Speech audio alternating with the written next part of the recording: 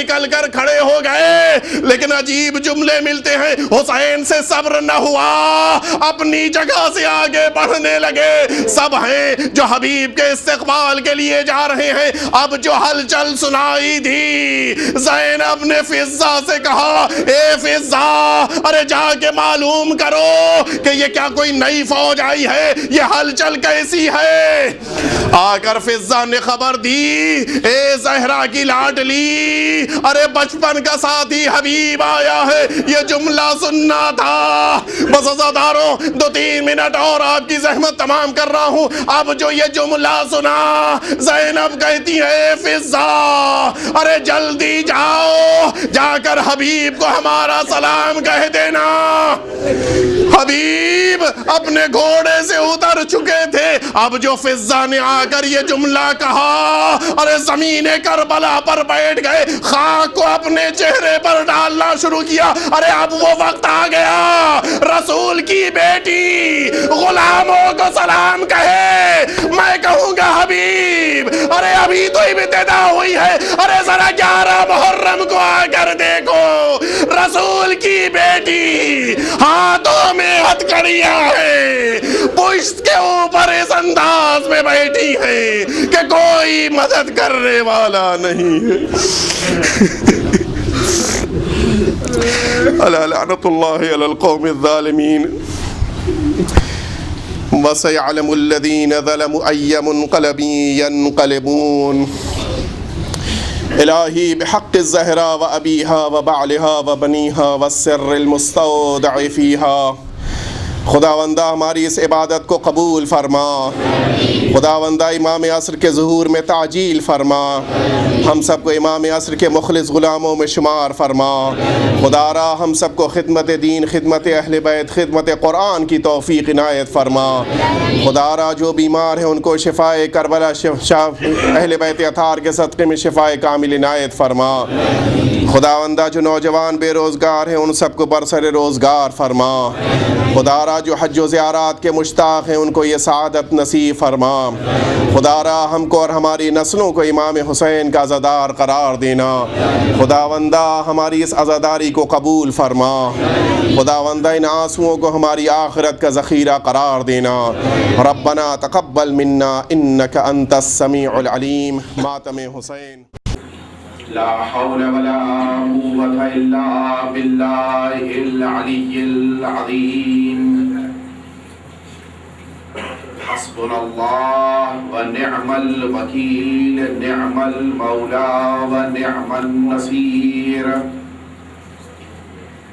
اعوذ باللہ، یعنی یہ عدالت تقوی سے قریب کرتی ہے اور تقوی خدا کے نزدیک انسان کو صاحب عزت بناتا ہے، یعنی ہماری گفتگو آپ حضرات کو پروردگار عالم سے قریب بنانے کا باعث بن رہی ہے۔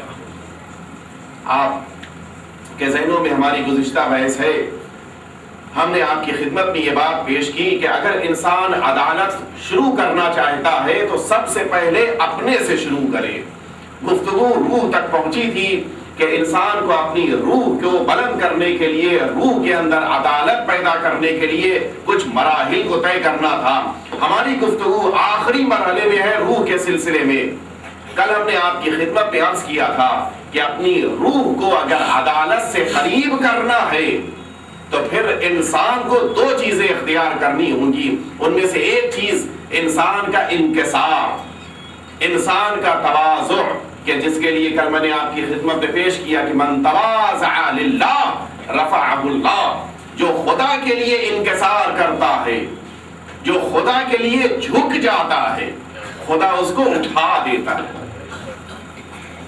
آپ کی خدمت میں عرض کریں کہ روایتوں نے اسی لیے ہم سے کہا ہے کہ تم دنیا میں ہر ایک کا احترام کرو۔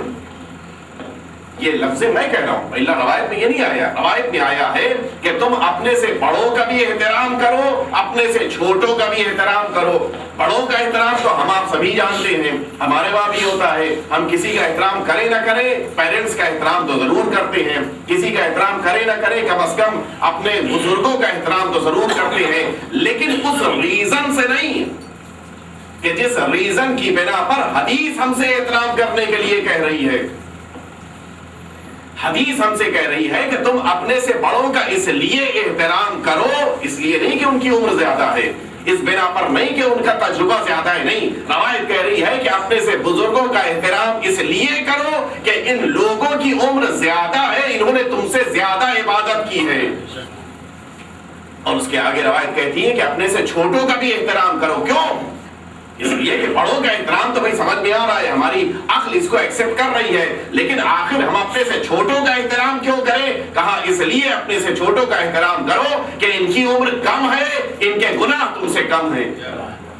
یعنی ہماری ذمہ داری ہے کہ ہم سب کا احترام کریں۔ دیکھیے ہر ایک کو یہ بات پسند ہے کہ اس کو عزت ملے۔ روایت کہتی ہے کہ تم اکرم تکرم، تم دوسروں کو عزت دو، تم کو خود بخود عزت ملے گی۔ ہم عزت لینا پسند کرتے ہیں، عزت دینا پسند نہیں ہے، جبکہ عزت دینے ہی سے عزت ملتی ہے۔ یہ نفس کے لیے، انسان کی روح کے لیے یہ انکسار بے پناہ اہمیت رکھتا ہے۔ اور اس کے بعد کل آخری چیز جو ہم نے آپ کو خطبہ سے پیش کیا، وہ انسان کا اپنی روح کو ریا سے بچانا ہے۔ یہ انسان کا اپنے اندر کا خلوص ہے کہ جب یہ بلندی کی طرف جانے لگتا ہے تو خود بخود روح بھی بلندی کی طرف جانے لگتی ہے۔ بس ایک آخری واقعہ اور کل کی گفتگو یہی پر ختم کر دی جائے۔ ہمارے اور آپ کے چوتھے امام، امام سجاد علیہ السلام،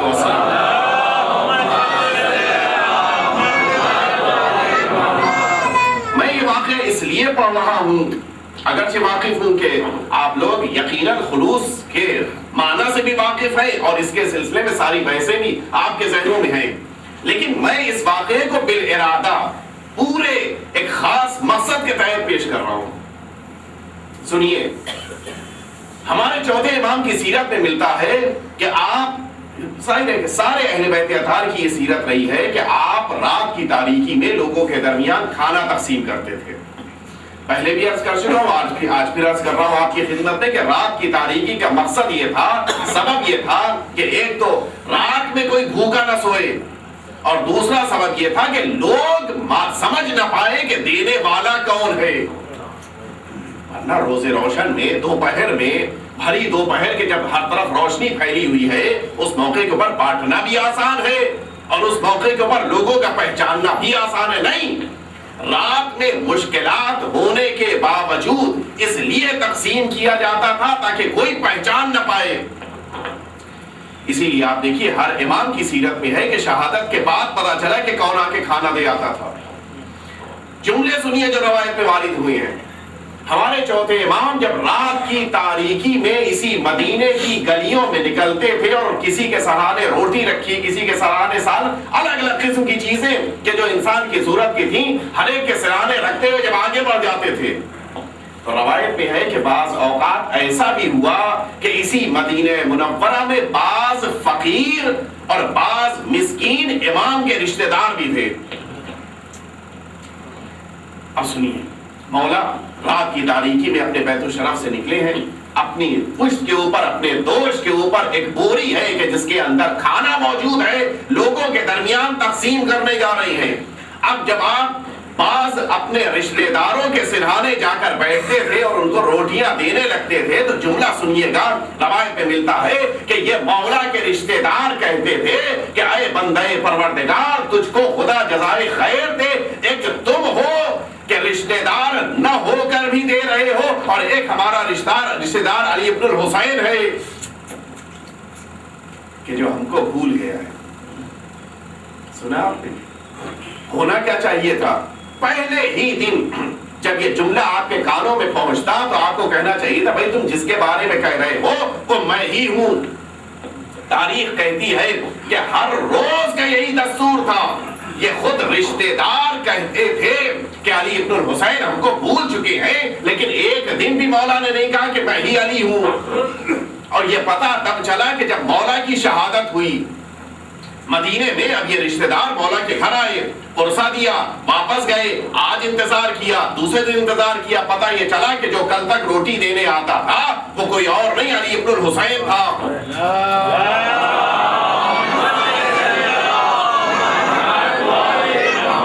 تو آپ نے غور کیا، یہ ہے مولا کا خلوص، اور یہ واقعہ ہم کو نہ جانے کتنے درس دے رہا ہے۔ ہمارے وہاں تو اب صورتحال یہ ہے کہ ہم وہ کام کے جو صرف اہل بیت اطہار کے لیے کرتے ہیں بعض اوقات ان میں بھی دکھاوا ہوتا ہے کہ نہیں ہوتا ہے؟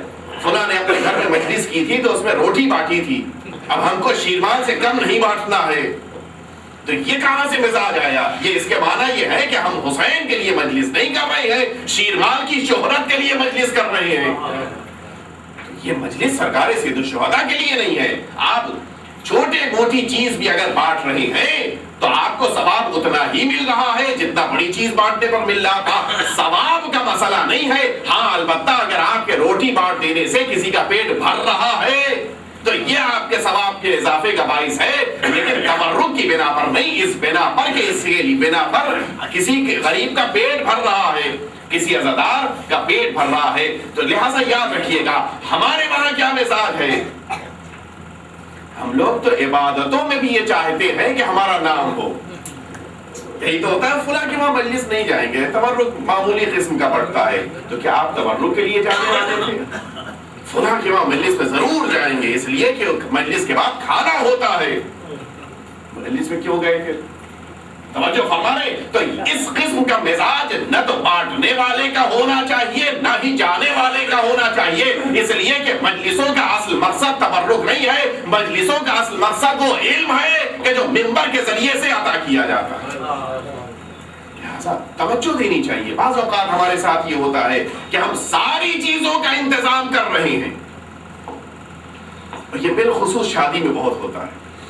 میں بڑے ہی صاف لفظوں میں آج آپ کے سامنے کہہ رہا ہوں، اس لیے کہ آپ سے کہنے میں کوئی ننگوار نہیں ہے، اس لیے کہ آپ کے درمیان مجھے نکاح پڑھنے آنا نہیں ہے، اس لیے میں بڑے ہی آرام سے آپ کے درمیان یہ بات کہہ سکتا ہوں کہ سارا انتظام غیر از نکاح کے لیے ہوتا ہے، اور نکاح کے لیے کتنا اہتمام ہوتا ہے۔ آپ ذرا خود اپنے نفسوں کو ٹٹول کر دیکھیے، ہم نے نکاح کے علاوہ چیزوں کا کتنا انتظام اور اہتمام کیا، اور نکاح کا کتنا انتظام کیا۔ بعض اوقات تو چونکہ ہم لوگ کے ساتھ ہوتے رہتے ہیں واقعات، آخری وقت میں فون آ رہا ہے، مولانا بھول گئے تھے کسی مولانا سے وعدہ لینے کے، ہم تو بھول گئے تھے کہ نکاح کے لیے کسی مولانا سے وعدہ بھی لینا ہے، تو کہے لیے اتنا انتظام کیا تھا۔ اور فرما رہے یعنی صورتحال یہ ہے کہ انسان سب کچھ کر رہا ہے اور وہی نہیں کر رہا ہے کہ جس کے لیے سب کچھ ہو رہا ہے۔ سب کچھ اسی نکاح کے لیے ہو رہا ہے، نہ مولانا کا انتظام، نہ مولانا سے گفتگو، نہ مولانا کا وہ احترام، سب کچھ دکھاتا۔ نوبت اسی بمبئی شہر میں ابھی کچھ دنوں پہلے یہ ہوئی کہ نکاح پڑھ کے مولانا باہر نکلے، اور جہاں ان کا قدم باہر نکلا پیچھے بینڈ باجا شروع ہو گیا۔ اس تعلیم کی توہین ہو رہی ہے، اس لیے کہ اس مجمع میں غیر مسلمان بھی موجود ہیں، اس مجمع میں ہماری کمیونٹی کے علاوہ بھی لوگ موجود ہیں۔ وہ کیا سوچیں گے کہ ان کے وہاں سارا دین اس وقت تک ہوتا ہے جب تک مولانا ہوتے ہیں، اور جہاں مولانا نکلے دین بھی باہر نکل جاتا ہے۔ تو یہ مقصد نہیں ہے، ہمارا مقصد یہ ہے کہ ہمارے دین کا، ہماری زندگی کا ہر حصہ دین کے لیے وقف ہے، کوئی ایک لمحہ بھی دین سے ہم دور نہیں ہو سکتے۔ یہ واقعیت ہے کہ جس کے لیے ہمیں توجہ دینا چاہیے، اور تقریباً یہی صورتحال ہماری مجالس کی بھی ہے۔ یقیناً ذکر حسین ہے، ذکر حسین سب کو کرنا چاہیے اور ہر ایک کو یہ حق ہے، لیکن ذکر حسین کے لیے بھی آپ دیکھیے کہ کس سے مجلس پڑھوا رہے ہیں، اس لیے کہ مجلسیں ہی ہیں کہ جو ہمارے بچوں کی روح کے لیے غذا فراہم کر رہی ہیں۔ تو انہی مجلسوں کے ذریعے سے ہم یہاں تک پہنچے۔ اگر ہم نے مجلسوں میں صحیح اہتمام انتظام نہ کیا تو جب ہمارے بچے ہماری عمر کے ہوں گے حالات خطرناک ہو سکتے ہیں کہ نہیں ہو سکتے۔ لہٰذا پوری توجہ کی ضرورت ہے، ان مجلسوں کو اور تقدس دینے کی ضرورت ہے، ان مجلسوں کو اور عظمت دینے کی ضرورت ہے۔ جتنا زیادہ ہم ان مجلسوں کو عزت اور احترام دیں گے اتنا ہی زیادہ یہ مجلسیں ہم کو عزت و احترام دیں گی۔ ہماری قوم کی بقا اسی مجلس کی بنا پر ہے۔ ہماری قوم جو آج یہاں تک پہنچی ہے کہ ہماری قوم کا ایک وقار ہے، ایک عزت ہے، ایک احترام ہے، وہ اسی فرش اعضا کی بنا پر ہے۔ اس لیے کہ دنیا جانتی ہے ہر ایک دہشت گرد ہو سکتا ہے، لیکن جس نے حسین کے لیے عزاداری کی ہے وہ دہشت گرد نہیں ہو سکتا۔ اس لیے کہ حسین نے امن و امان کا درس دیا ہے۔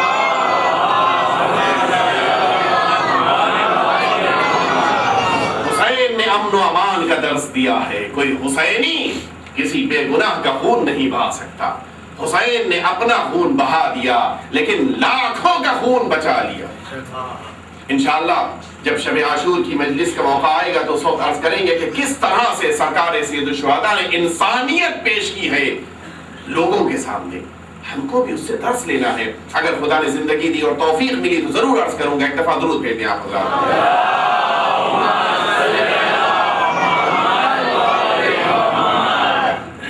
اب آج میں انسانی وجود کے دوسرے مرحلے یعنی جسم کی طرف جا رہا ہوں. انسان کو اپنی روح کے بعد اپنے جسم کے ساتھ عدالت اختیار کرنی ہے. اور یہ یاد رکھیے گا اگر ہم نے اپنے جسم کے ساتھ عدالت نہ اختیار کی تو جس طرح سے گھر کے اندر ہوتا ہے کہ اگر بچوں کے ساتھ عدالت نہ کی جائے تو 5 بچوں میں ایک وہ بچہ کہ جس کے ساتھ آپ نے عدالت اختیار نہیں کی وہ باغی ہو جاتا ہے. روایتوں میں آیا ہے کہ اپنے بچوں کے درمیان حضور اکرم نے فرمایا کہ اپنے بچوں کے درمیان عدالت اختیار کرو حتیٰ ان کا بوسہ لینے میں بھی عدالت رکھنا. یعنی ایسا نہ ہو کہ کسی ایک بچے کو زیادہ آپ پیار کر رہے ہیں زیادہ مانتے ہیں بقیہ بچوں کو آپ نے چھوڑ دیا. نہیں, حتیٰ پیار کرنے میں بھی عدالت باقی رکھنا. کیوں؟ اس لیے کہ اس کی بنا پر بغاوتیں پیدا ہوتی ہیں, سرکشیاں پیدا ہوتی ہیں. آج بچے کو آپ نے چھوڑ دیا, جب یہ 20 سال کا ہوگا تو پھر آپ شروع ہوں گے کہ کوئی دعا بتائی جائے, کوئی نماز بتائی جائے, کوئی عمل. کیوں؟ بچپن سے اگر خیال رکھا ہوتا تو آج 20 سال کا بچہ کبھی باقی نہ بنتا. تو ہم کو بچپن سے خیال رکھنا ہے. میں آپ کی خدمت میں عرض کر رہا تھا کہ جس طرح سے اگر بچوں کے درمیان عدالت اختیار نہ کی جائے تو یہ بچے بڑے ہو کر باغی ہو جاتے ہیں, اسی طرح سے اگر یہ انسان اپنے جسم کے ساتھ عدالت اختیار نہ کرے تو یہ جسم کا حصہ ہوگا تو اس کا لیکن باغی ہو جائے گا. انشاءاللہ آپ کی خدمت میں عرض کریں گے کہ یہ جسم کیسے باغی ہوتا ہے. البتہ ایک مثال اس کی آپ کی خدمت میں پیش کر دیں, چھوٹی سی مثال. کبھی کبھی ایسا ہمارے آپ کے ساتھ بھی ہوتا ہوگا, نماز صبح کے لیے آپ اٹھے ہیں, پوری نیت ہے کہ آج نماز صبح پڑھیں گے, لیکن آپ کے جسم نے ساتھ نہیں دیا. آج نماز پڑھ رہے تو بالکل بدن ڈھیلا ہے, بالکل شل ہے, بالکل آپ دل چاہ رہا ہے کہ بیٹھ جائیں, نماز چھوڑ دیں, جلدی سے نماز ختم کر کے دوبارہ سو جائیں. یہ کیفیت بعض اوقات زیارت میں بھی ہوتی ہے. آپ یہاں سے اتنا خرچ کر کے زیارتوں کے اوپر گئے, اب جب حرم میں داخل ہوئے تو وہ خلوصی ختم ہو گیا, وہ کیفیت ختم ہو گئی کہ جس کیفیت کو سنبھال کر وطن سے یہاں تک لے کر آئے تھے. کیوں؟ اس لیے کہ بدن نے ساتھ چھوڑ دیا.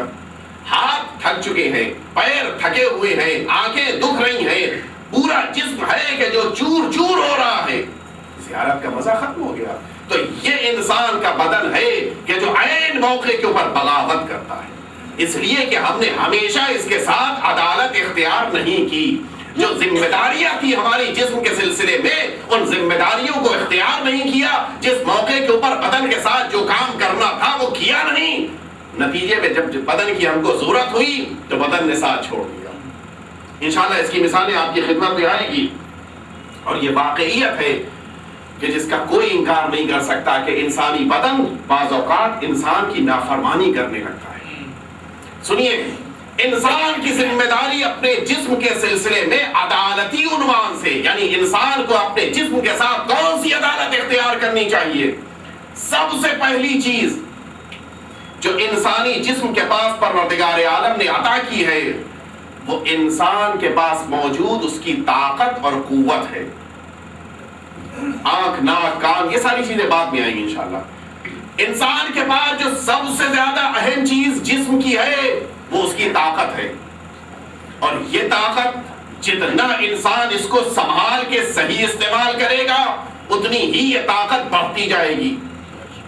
لیکن اگر غلط استعمال کیا تو یہ موبائل کی بیٹری ہے, آپ چاہیے تو صبح بیٹری فل کر لیجئے, رات تک چلا لیجئے, یا اگر چاہیے تو 9 سے 10 کے بیچ میں آپ لوکل ٹرین میں گیم کھیل لیجئے, پوری بیٹری چلی گئی 10 بجے.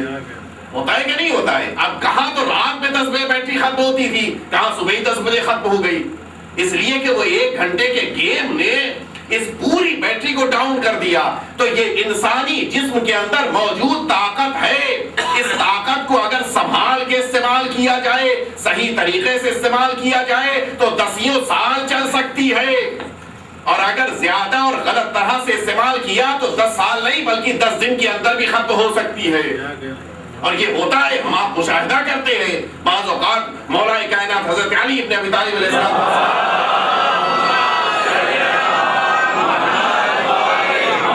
مولا فرماتے ہیں کہ کم من اکلۃ منعت اکلات, بہت سے ایسے چھوٹے چھوٹے لقمے, اکلتن کہتے ہیں کسی کھانے کے ایک چھوٹے سے حصے کو. مولا فرمانے کے بہت سے چھوٹے سے لقمے, اس کو کھا لینے سے نہ جانے کتنے کھانوں سے انسان محروم ہو جاتا ہے. کیوں؟ اس لیے کہ ایک چھوٹا سا لقمہ زیادہ کھا لیا, ایک چھوٹا سا لقمہ غلط کھا لیا, ایک چھوٹا سا لقمہ اس طرح سے کھا لیا کہ جس طرح نہیں کھانا چاہیے تھا. اب نتیجہ کیا ہوا؟ اب بستر پہ لیٹے ہوئے ہیں, اب صرف جوس پی سکتے ہیں, گھر میں بریانی کھائی جا رہی ہے, ہم جو ہے وہ پتلی پتلی کھچڑی کھا رہے ہیں. تو ہوا کہ نہیں ہوا؟ بہترین قسم کے کھانوں سے انسان نے محروم کر لیا اس ایک چھوٹی سی غذا کے لیے. مولا فرما رہے ہیں کہ یہ انسان اپنے ذرا سی بد پرہیزی کی بنا پر اپنی طاقت کو اس طرح سے ضائع کرتا ہے. ہو رہا ہے کہ نہیں ہو رہا ہے؟ ہمارے ساتھ بھی ہوتا ہے. ہم اپنی طاقت کو ذرا سا غلط استعمال کر لیں, نتیجہ یہ ہے کہ ساری طاقت ختم ہو جائے گی. پروردگار عالم نے انسان کو یہ طاقت دی ہے ایک خاص مقدار میں.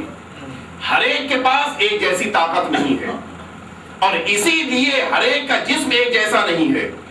آپ یہ نہیں کہہ سکتے کہ میں 60 سال کا ہو گیا, میں تو چوتھے مالے تک چڑھ جاتا ہوں, تم 40 سال کے کیوں نہیں چڑھ پاتے. نہیں, مسئلہ یہ عمر کا نہیں ہے, مسئلہ خدا نے کس کو کتنی طاقت دی ہے اور کتنا اس نے اس کو سنبھال کے رکھا ہے. اصل مسئلہ یہ ہے طاقت انسان کو جو پروردگار عالم نے دی ہے, اس کا صحیح استعمال انسان کے جسم کو باقی رکھتا ہے. اور اگر یہی طاقت غلط استعمال کی جانے لگ جائے, آپ واقعی غور کیجئے جو روایتوں میں آیا ہے اس طاقت کے سلسلے میں, یہ انسان ہے کہ جس کے پاس ہر طرح کی طاقت موجود ہے, جیسے چاہے. ہمارے ساتھ بھی موجود ہے, ہم چاہیں تو چوتھے مالے تک دوڑ کے بھی چڑھ سکتے ہیں, ہم چاہیں تو چوتھے مالے تک 4th فلور تک دھیرے دھیرے بھی چڑھ سکتے ہیں. لیکن یہ یاد رکھیے گا, پوری توجہ رہے, یہ یاد رکھیے گا جو انسان چوتھے مالے تک 4th فلور تک دوڑ کے چڑھ کے گیا ہے پہنچا وہ بھی ہے, اور وہ انسان کے جو 4th فلور تک بغیر کسی وجہ کے دھیرے دھیرے چڑھ کر گیا وہ بھی پہنچا. لیکن یہ انسان جو 4th فلور تک آرام سے پہنچا, یہ 4th فلور پر پہنچنے کے بعد ابھی بھی بہت سے کام کر سکتا ہے. لیکن وہ کہ جو دوڑتا ہوا اوپر چڑھ کے گیا ہے, اب اس کو کم از کم 10 منٹ چاہیے کہ اپنی سانس سنبھالے, 10 منٹ چاہیے کہ ریسٹ لے تب دوبارہ کام کرے. تو یہی صورتحال ہے, اگر بغیر وجہ کے اپنی قوت کو استعمال کیا جائے گا تو پھر بہت سارے وقتوں میں آرام کرنا ہوگا, لیکن صحیح استعمال کیا جائے گا تو ہمیشہ استعمال ہوتی رہے گی.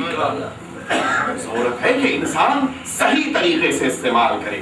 یہ اپنی طاقت کا صحیح استعمال, یہ ایک مسئلہ, اور اس کے ساتھ ساتھ دوسرا مسئلہ, سب سے زیادہ جو انسان کو ناز ہوتا ہے, ہمارے مجمع میں کوئی ایسا ہے تو نہیں باڈی بلڈر ہو, سب سے زیادہ جو ناز ہوتا ہے انسان کو اپنی طاقت پہ ہوتا ہے, اور یہی سب سے خطرناک چیز ہے. سب سے زیادہ مشکل چیز یہیں سے شروع ہوتی ہے. آپ کی بات بیٹا کیوں نہیں سن رہا ہے؟ اس لیے کہ اس کو اپنے بازوؤں پر بھروسہ ہے. اپنے شہر اپنے محلے کے عالم کی بات کیوں نہیں سن رہا ہے؟ اس لیے کہ وہ سمجھتا ہے کہ میں ان سے زیادہ طاقت والا ہوں. روایت کہتی ہے کہ انسان کی طاقت اس کے جسم کے اندر نہیں ہوتی, بلکہ انسان کی طاقت اس کے ذہن میں ہوتی ہے.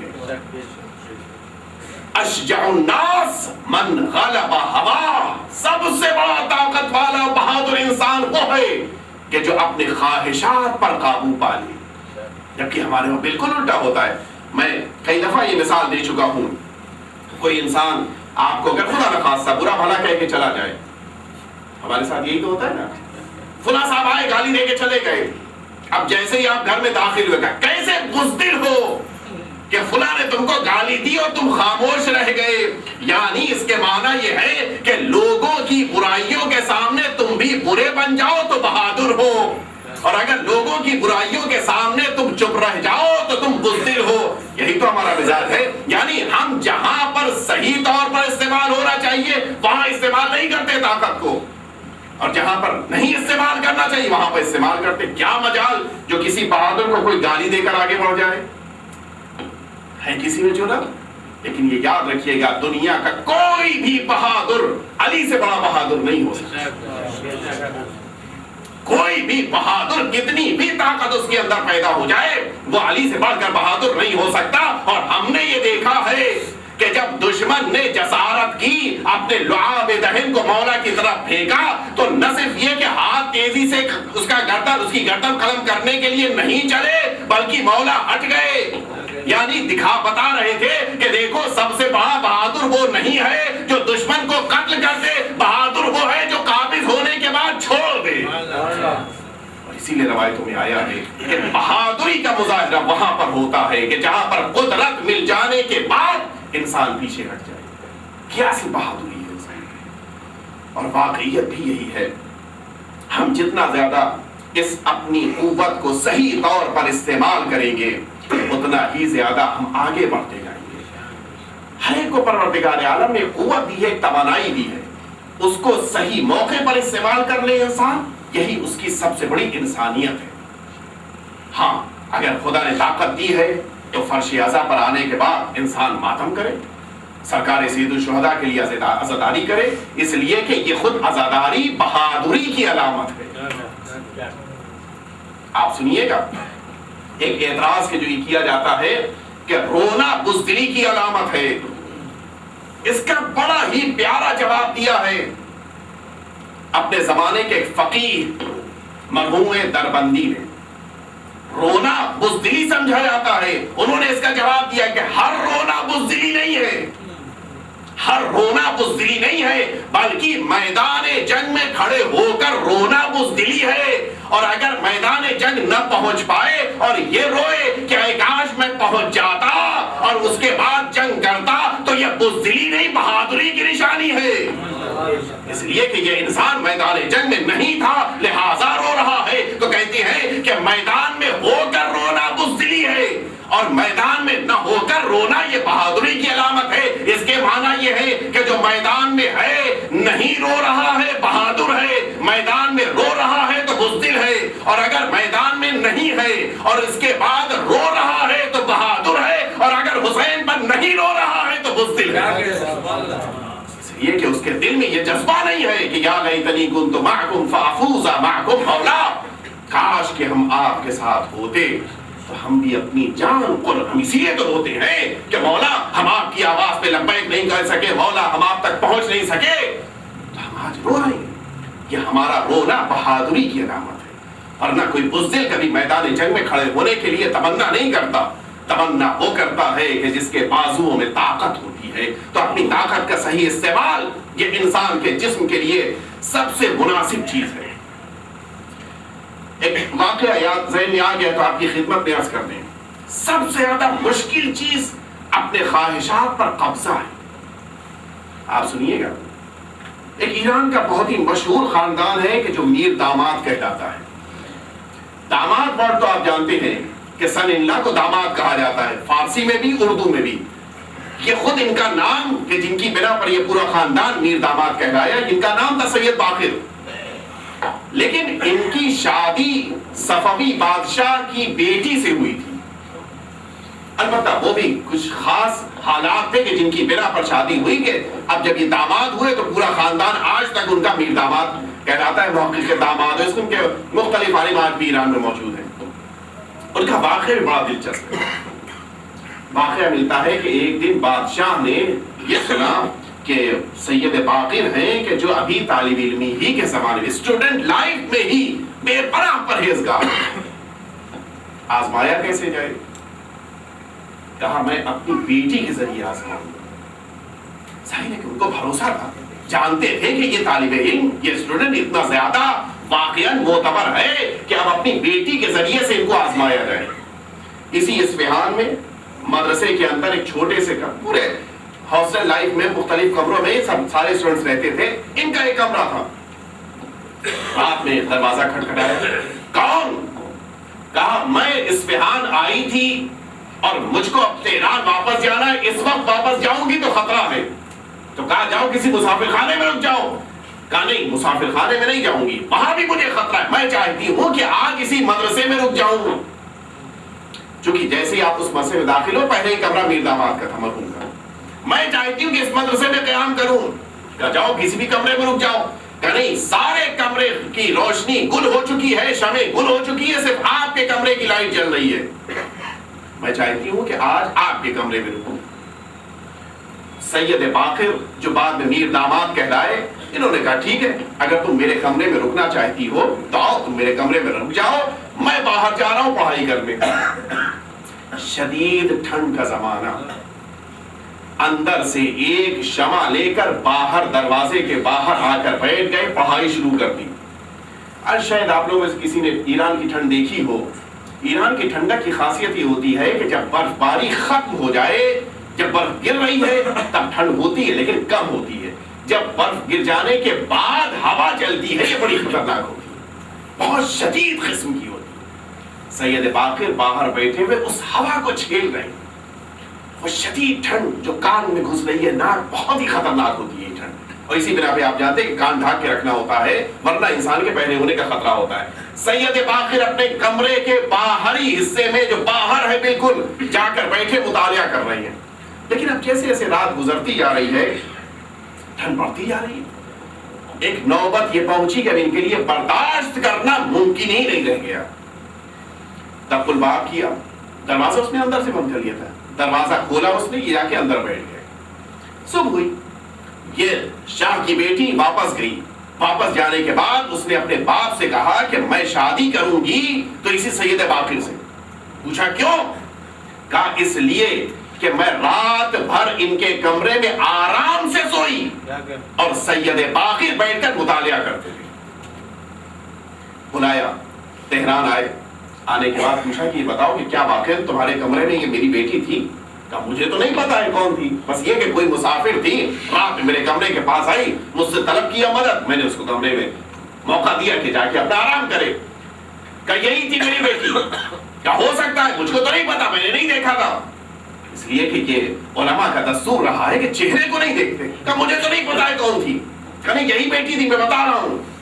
کہا یہ چاہتی ہے کہ آپ کے ساتھ شادی کرے. کہا میں ایک طالب علم ہوں, میرا رشتہ شاہوں سے اور ملوک سے, ان سب سے تو نہیں ہو سکتا. کہا نہیں شادی تو آپ ہی کے ساتھ ہوگی. لیکن یہ یاد رکھیے گا, کوئی بھی سسر یہ نہیں پسند کرتا کہ اس کے داماد کے اندر نقص ہو, اور بالخصوص شادی سے پہلے کوئی عیب دکھائی دے جائے. شادی سے پہلے اگر پتا چل جائے کہ جس لڑکے سے شادی کر رہے ہیں خدا نہ خاصہ اس کی ایک آنکھ نہیں ہے, اس کا ایک پیر خراب ہے, اس کا ہاتھ خراب ہے, تو شادی کرے گا. شادی کے بعد پتا چلے تو ایک الگ مرحلہ ہے, لیکن شادی سے پہلے تو ممکن نہیں ہے. اس شاہ صفوی نے دیکھا کہ میر داماد کی انگلیاں کالی پڑ گئی ہیں. یہ کیسے؟ ہم تو ان کو پڑھا لکھا سمجھتے تھے, ہم سمجھتے تھے کہ یہ عالم ہے, ہم سمجھتے تھے یہ پرہیزگار آدمی, انگلیاں جلی ہوئی, ایسے انسان سے شادی ممکن نہیں ہے. کل وہ پوچھ ہی لے کہ یہ انگلیاں جلی کیسے. کہ یہ بتاؤ کہ تمہاری انگلیاں جلی ہوئی کیوں دکھائی دے رہی ہیں. کہ آپ کو پتا نہیں ہے, جس رات آپ کی بیٹی آپ کے قول کے مطابق میرے کمرے میں تھی, یہ ساری انگلیاں اسی رات جلی ہیں. آپ نے سنا, شیطان سب سے زیادہ جب انسان کو گمراہ کرنا چاہتا ہے تو وہ علماء کے پاس جاتا ہے. رات کہتے ہیں, یہ سید باقر کہتے ہیں, میں رات میں کمرے میں تو آ گیا, لیکن اب حالت یہ ہے کہ ہر گھنٹے 2 گھنٹے کے بعد شیطان مجھ کو برگلا رہا تھا. اشجع الناس من غلب ہوا, سب سے بڑا بہادر وہ ہے کہ جو اپنی خواہشات کو اپنے قابو میں کر لے. میں جیسے ہی میرے اندر کوئی خواہش پیدا ہوتی تھی, میں سامنے موجود شمع میں اپنی انگلی جلا دیتا تھا اور یہ کہتا تھا, اے جسم, جب تم دنیا کی آگ کو نہیں برداشت کر سکتے تو بھی جہنم کی آگ کو کیسے برداشت کرو.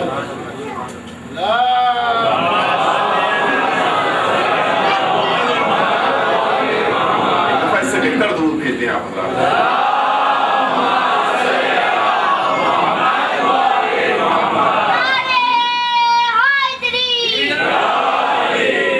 تو یہ ہے انسان کی بہادری.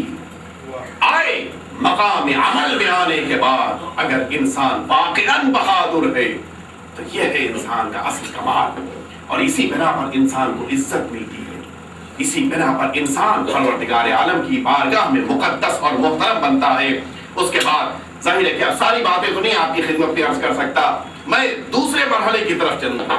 انسان کو اپنے جسم کے لیے عدالت اختیار کرنا ہے. دوسری سب سے زیادہ اہم چیز انسان کی وہ غذا ہے کہ جو اس کے منہ سے پیٹ تک جا رہی ہے. مجھے غذا کے سلسلے میں زیادہ باتیں اس لیے نہیں عرض کرنی ہے کہ پچھلے سال عرض کر چکا ہوں. صرف ایک واقعہ اور اس سے جو درس ملتا ہے اس کو جو پچھلے سال نہیں عرض کیا تھا. غذا کے لیے سب سے زیادہ جو تاکید ہے وہ اس شیر کے لیے ہے کہ جو پیدائش کے بعد ماں 2 سال تک اپنے بچے کو پلاتی ہے. اس فیڈنگ کے لیے بے پناہ تاکید کی گئی ہے کہ اس پہ خاص خیال کیا جائے. سنیے گا واقعہ, پہلے حدیث سن لیجیے. مولا کائنات حضرت علی بن ابی طالب علیہ السلام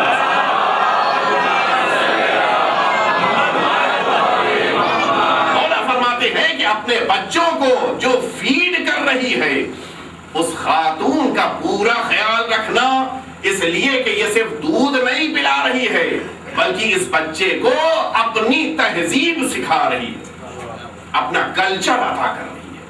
لہذا پورا خیال کرنا. ایک شخصیت ہے کہ جن کو دفن کیا گیا معصومہ قم کے حرم میں, شاید مولانا بھی واقف ہوں گے, جن کا نام شیخ فضل اللہ نوری ہے.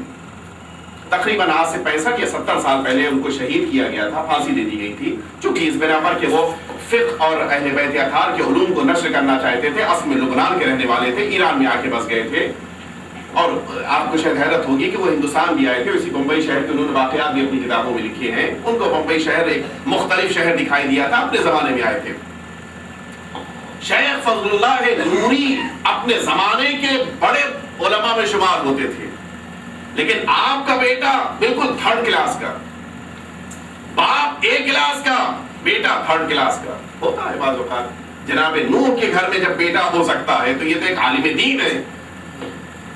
نوبت یہاں تک پہنچی کہ جس موقع کے اوپر شیخ فضل اللہ نوری کو پھانسی دی جا رہی تھی, اسی قوم کا پورا مجمع کھڑا ہوا رو رہا تھا. ایک عالم دین کو پھانسی دی جا رہی ہے, بہت بڑا ظلم ہو رہا تھا. پورا ان کا مجمع کھڑا ہوا دیکھ کے رو رہا تھا.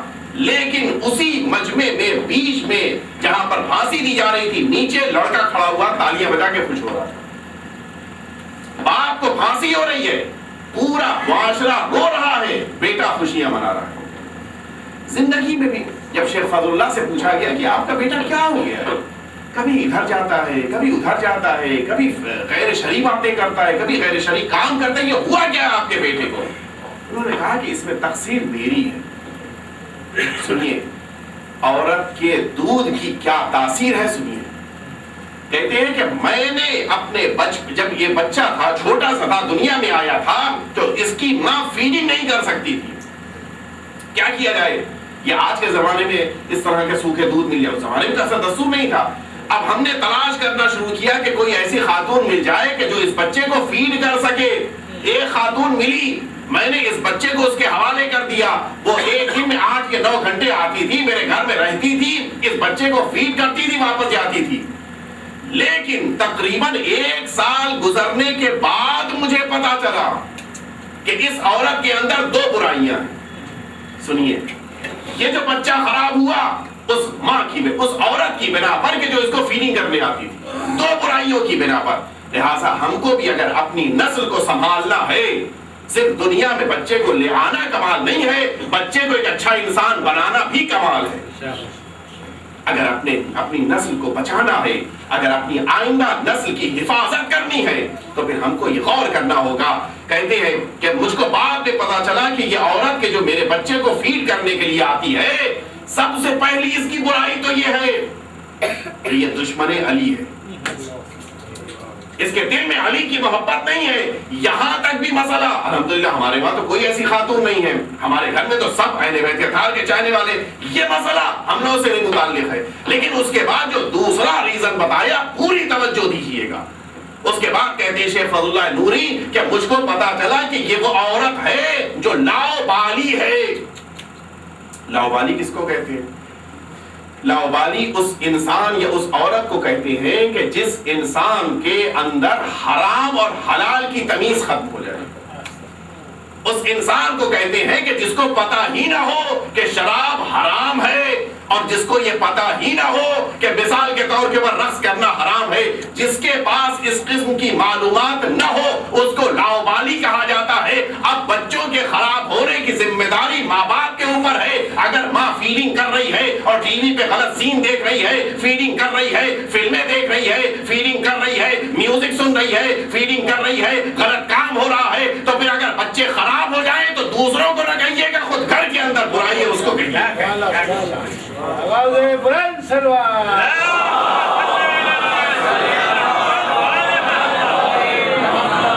آپ نے توجہ فرمائی کہ 2 سال کا زمانہ، اس لیے کہ 2 سال تک شریعت نے کہا ہے کہ ماں بچے کو دودھ پلائے، تو یہ 2 سال کا زمانہ بہت امپورٹنٹ ہے. اس میں پوری توجہ، پورا خیال رکھیے گا، اس لیے کہ بچہ اسی بنا پر آگے بڑھ رہا ہے. ظاہر ہے کہ مجھ کو اب غزہ کے سلسلے میں مزید باتیں نہیں عرض کرنی ہے، اس لیے کہ غزہ کا مکمل ایک غزہ کی گفتگو پچھلے سال گزر چکی ہے. اب ہم چلتے ہیں تیسرے مرحلے کی طرف. جسم کے لیے ہماری سب سے پہلی ذمہ داری یہ تھی کہ ہم اپنی قوت اور طاقت کا صحیح استعمال کریں. دوسری ذمہ داری، جو چیزیں ہم اپنے پیٹ کو، اپنے منہ کو دے رہے ہیں وہ صحیح ہونا چاہیے. تیسری ذمہ داری، ہم جس کام کا اپنے جسم کے لیے انتخاب کریں اس میں عدالت اختیار کریں.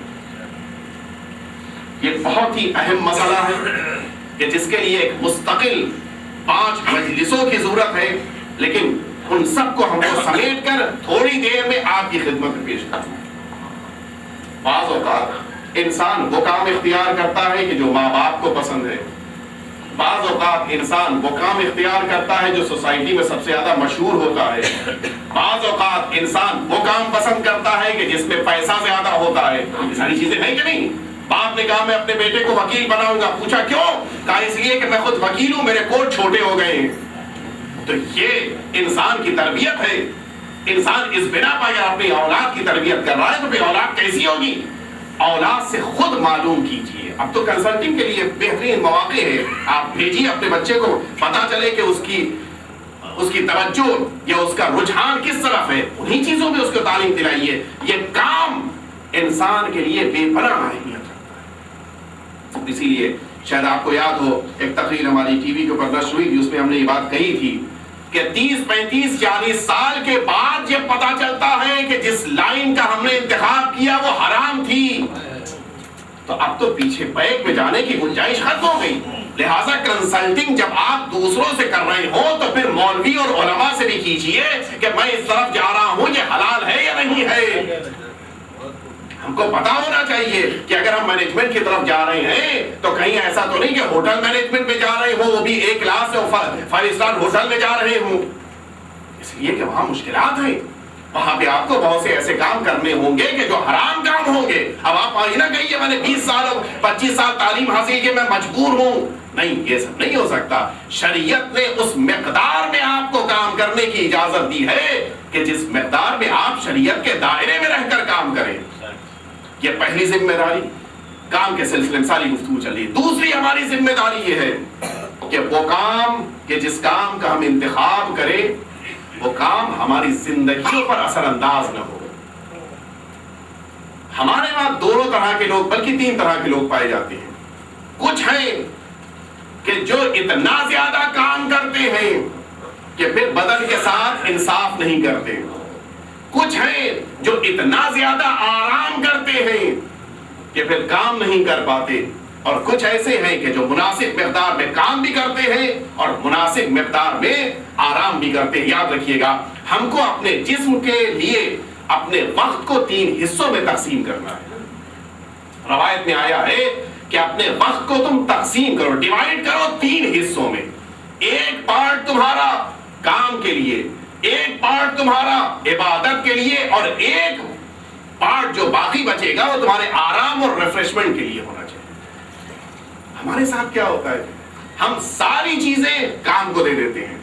وہ 8 گھنٹے کام کے وہ تو ہیں ہی کام کے، وہ عبادت کے بقیہ گھنٹے کا ان میں سے بھی 15 منٹ نکال لو، بقیہ سب تمہارے کام کے لیے. جو آرام کا وقت 8 گھنٹہ، ہم نے کہا 8 میں 4 گھنٹے سو لیں گے، بقیہ 4 گھنٹے بھی تمہارے کام کے. تو ہم زندگی کے سارے وقت کو کام کے حوالے کر دیتے ہیں. اور یہ یاد رکھیے گا، یہ سب سے بڑا ظلم ہوتا ہے جو انسان دوسروں پر نہیں، خود اپنے نفس پر کرتا ہے، خود اپنے جسم پر کر رہا ہے. اس لیے کہ زیادہ کام بھی نقصان دہ ہے اور کام نہ کرنا بھی نقصان دہ ہے. آپ سنیے گا، ایک شخص آیا ہمارے اور آپ کے چھٹے امام امام جعفر صادق علیہ السلام،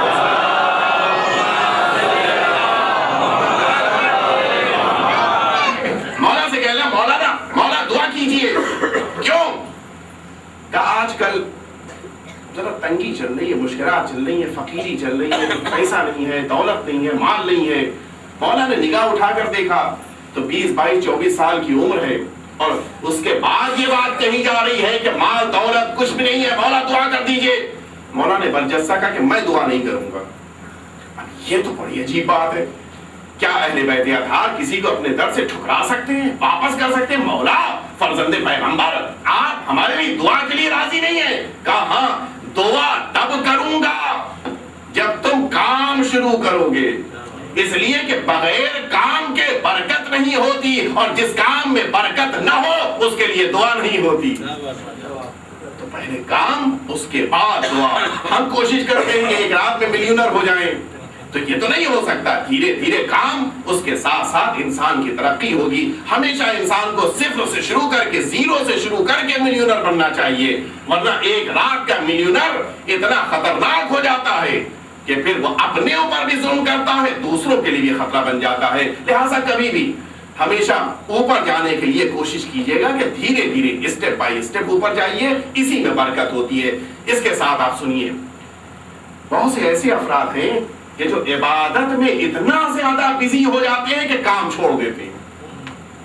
میں نے عرض کیا کہ ہم کو اپنے وقت کو 3 حصوں میں تقسیم کرنا ہے. ایک شخص آیا مولا کے پاس، ہمارے چھٹے امام کے پاس، مولا ہم سب حج سے واپس آئے ہیں. کبھی حج کے واقعات کوئی ایسا خاص واقعہ جو تم کو عجیب لگا ہو، پسند آیا ہو؟ کہا مولا حج میں ایک ایسا عبادت گزار ہمارے درمیان تھا کہ جس کی خدمت کرنے سے ہم کو خوشی محسوس ہوتی. حج میں ایک ایسا متقی، پرہیزگار، عبادت گزار، خدا رسیدہ، خدا کو چاہنے والا بندہ کہ ہم سب کو اس کی خدمت کرنے میں خوشی محسوس ہوتی تھی. پوچھا ہوتا کیا تھا؟ کہا جہاں ہم کہیں منزل پر پہنچتے تھے، جو زمانے میں اونٹ کا سفر مدینے سے مکے جانا ہے، کسی اور علاقے سے لوگ اونٹوں پہ آتے تھے، ہم لوگ جہاں کسی منزل پر پہنچتے تھے راستے میں، ادھر وہ اونٹ سے اترا اور اس نے مصلی بچھایا اور فوراً نماز شروع. پھر اس کے کام کون کرتا تھا؟ ہم لوگ کرتے تھے. چائے ہم لوگ کیا کرتے رہے ہیں، چائے تو البتہ اس زمانے میں نہیں تھی، جتنی بھی خدمت ہم لوگ کرتے تھے. مولا نے پوچھا وہ اونٹ کہ جس اونٹ کے اوپر وہ بیٹھا رہتا تھا اتر کے نماز، اس اونٹ کی کون خدمت کرتا تھا؟ کہا مولا اس عابد کا اونٹ تھا، اس کی خدمت بھی ہمارے لیے باعث فخر، ہم سب اس کی خدمت کرتے تھے، ہم اس کے لیے پانی لے کر آتے تھے، ہم اس کے لیے بقیہ غذا کہتے تھے، سارے کام ہم لوگوں نے اپنے ذمے لیے تھے، اس لیے کہ تم عبادت کرو اور تمہارے سارے کام ہم کریں گے. اتنا بڑا عابد تھا. کہاں مولا اتنا بڑا عابد تھا کہ کوئی کام نہیں کرتا تھا، صرف عبادت کرتا تھا. مولا نے کہا کہ یہ بھول گئے کہ وہ تمہارے ساتھ حج میں تھا تو، لیکن تم ان سارے لوگوں کی بنسبت اس کو دیکھ رہے تھے کہ جو عبادت کر رہا تھا، جبکہ تم لوگ اس عبادت گزار سے بہتر تھے. مولا کیا نمازی سے کوئی بہتر غیر نمازی ہو سکتا ہے؟ کیا روزہ دار سے بہتر کوئی غیر روزہ دار ہو سکتا ہے؟ مولا فرماتے کہ ہاں وہ انسان کہ جو اپنے سارے کام چھوڑ کر خدا کی عبادت کرے، خدا کو ایسی عبادت پسند نہیں ہے. یعنی عبادت بھی ہو تو اس مقدار میں ہو کہ انسان کے بقیہ کام نہ رکنے پائے. ہم تسبیح لے کر مسجد میں آج صبح سے آ کر بیٹھ گئے کہ رات تک ہم تسبیح پڑھیں گے، رزق ہمارے پاس خود پہنچ جائے گا، نہیں. ہم کو محنت کرنی ہے تب روزی پہنچے گی. میں اس موقع پر یہ جملہ ضرور کہتا ہوں. یہ بتائیے کہ کیا کسی پریگننٹ عورت سے کوئی کام لینا پسند کرتا ہے؟ ایک خاتون ہے کہ جو پریگننٹ ہے، اس سے کوئی کام لینا پسند نہیں، کوئی نہیں پسند کرتا. تو جب ہم آپ نہیں پسند کرتے تو کیا خدا کام لینا پسند کرے گا؟ لیکن تاریخ کہتی ہے جناب مریم نکلی، اپنے شہر سے نکل کر اس لیے جا رہی ہیں کیونکہ ان کے وہاں ڈیلیوری ہونی ہے۔ اب جب راستے میں بھوک محسوس ہوئی تو آواز قدرت آئی کہ اے مریم اس سوکھے درخت کو ہلاؤ، اس میں سے تازی کھجوریں گریں گی، ان کو کھا لینا۔ خدا را یہ تیری قدرت ہے، سوکھا درخت ہرا بھرا ہو جائے گا، ہرے بھرے درخت کے اوپر کھجوریں آئیں گی، وہ کھجوریں بھی تیار ہو جائیں گی اور اس کے بعد جناب مریم کھا لیں گی۔ تو یہ کام تو نے چشم زدن میں کر دیا، ایک سیکنڈ کے اندر سارے کام ہوئے کہ نہیں؟ درخت ہرا بھرا ہو گیا، اس کے اوپر کھجوریں بھی آ گئی اور وہ پک بھی گئیں۔ تو خدا را جب اتنا معجزہ دکھایا تھا تو پھر مریم کو زحمت نہ دے بلکہ بغیر ہلائے ہوئے ہی کھجوریں گر جائیں۔ لیکن شاید آواز آئے کہ میں یہی بتانا چاہ رہا ہوں، میں تب معجزہ دکھاتا ہوں جب حرکت تمہاری طرف سے ہوتی ہے۔ ایک دفعہ درود کہتے ہیں محمد والا۔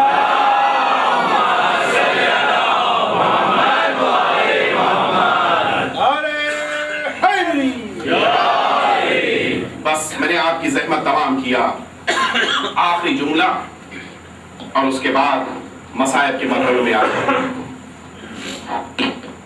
ہمارے وہاں ہر چیز کا ایک وقت مقرر ہے، لیکن جو ہمارا نیا کلچر ہے وہ ہمارے وقتوں کو خراب کر رہا ہے۔ لہٰذا ہم پیرنٹس کو اور ہم جوانوں کو بھی پوری توجہ دیں۔ روایتوں میں ہے کہ صرف 3 لوگوں کے لیے رات میں جاگنا جائز ہے، یا تو تم اسٹڈی کر رہے ہو، یا عبادت کر رہے ہو، یا تمہاری پرسنل فیملی لائف ہے۔ اس کے علاوہ تمہارے لیے رات میں جاگنا جائز نہیں ہے۔ یعنی بائک لے کر روڈ کے اوپر 12 بجے نکلنا صرف گھومنے کے لیے جائز نہیں ہے۔ کیوں؟ اس لیے کہ وہ رات 12-1 کا مسئلہ نہیں ہے، مسئلہ نماز کا صبح کا ہے۔ سارا سسٹم کا ہو رہا ہے۔ ہمارے پورے بمبئی کے معاشرے کو آپ اگر دیکھیے تو یہی تو ہو رہا ہے، صبح دیر سے ہو رہی ہے اس لیے کہ صبح کب ہوتی؟ 11 بجے ہو رہی ہے، 11:30 12 بجے ہو رہی۔ کیوں؟ اس لیے کہ رات شروع ہوئی تھی 2 بجے سے، رات 2 بجے سے شروع ہوگی تو صبح بھی تو 11 بجے آئے گی، سورج اپنے ٹائم پہ نکلے گا، ہماری صبح اپنے ٹائم پر ہوگی۔ تو یہ مشکل جو شروع ہو رہی ہے وہ ہمارے جوانوں کے لیے خطرناک ہے کہ رات کا جاگنا انسان کے لیے نقصان دہ ہے، یا اسٹڈی کر رہا ہو، یا پھر یہ انسان رات بھر عبادت کر رہا ہو، یا پھر اس کی فیملی لائف ہے۔ لیکن بقیہ اوقات کے لیے یہ جوانوں کا آپس میں روڈ کے اوپر گھومنا یہ سب کے لیے خطرناک ہے۔ ہم جوانوں کو بھی توجہ دینی ہے اور ہمارے والدین کو بھی اپنے بچوں سے گفتگو کرنی چاہیے کہ کیا ضرورت ہے کہ 10 ایک ٹائم مقرر کر دیجئے، رات کو 10 بجے سارے فیملی ممبرز گھر کے اندر ہوں گے۔ کتنا اچھا رول ہے۔ کیا ضرورت ہے کہ رات کے 10 بجے کے بعد روڈ کے اوپر نکل کر انسان ایک دوسروں سے ملاقات کرے؟ کیا ضرورت ہے؟ اس لیے کہ کوئی کام رات میں نہیں ہو رہا ہے، نہ اس کی لائف میں اسٹڈی ہو رہی ہے، کوئی اسکول یا کالج تو نہیں کھلا ہے، کہاں جا رہا ہے رات میں؟ خدا نخواستہ کسی کلب میں تو نہیں جا رہا ہے، خدا نخواستہ کسی غلط جگہ پر تو نہیں جا رہا ہے۔ تو ہم کو اپنے جوانوں کو بچانے کے لیے اس وقت کا خیال رکھنا ہے۔ یہ وقت جو پروردگار عالم نے راکھ کر رکھا ہے وہ صرف اور صرف آرام کے لیے رکھا ہے۔ قرآن مجید کہہ رہا ہے دن تمہارے کام کے لیے، رات تمہارے آرام کے لیے، لیکن ہمارے وہاں الٹا ہو رہا ہے۔ ہمارے وہاں دن آرام کے لیے، رات کام کے لیے ہے۔ لہٰذا ہم کو اس کو چینج کرنا ہے تاکہ اس کے ذریعے سے ہمارا جسم صحیح وقت کے اوپر آرام کر سکے۔ یاد رکھیے گا کہ حکماں نے لکھا ہے کہ ایک رات کا جاگنا پورے ایک ہفتے کی نیند کے بعد بھی اس کی بھرپائی نہیں ہوتی۔ ایک ہفتے کی نیند، ایک رات اگر آپ 8 گھنٹے نہیں سوئے تو ہفتے بھر بھی آپ سوئیے گا، اس کا جبران، اس کی بھرپائی نہیں ہو سکتی۔ ہاں اگر عبادت ہے، شب عاشور ہے، وہ شب کے جس میں اہل بیت اطہار کا ذکر ہے، اس میں آپ رات بھر جاگیے، اس لیے کہ عبادت کر رہی ہیں۔ ایک دفعہ درود بھیج دیا اللہ۔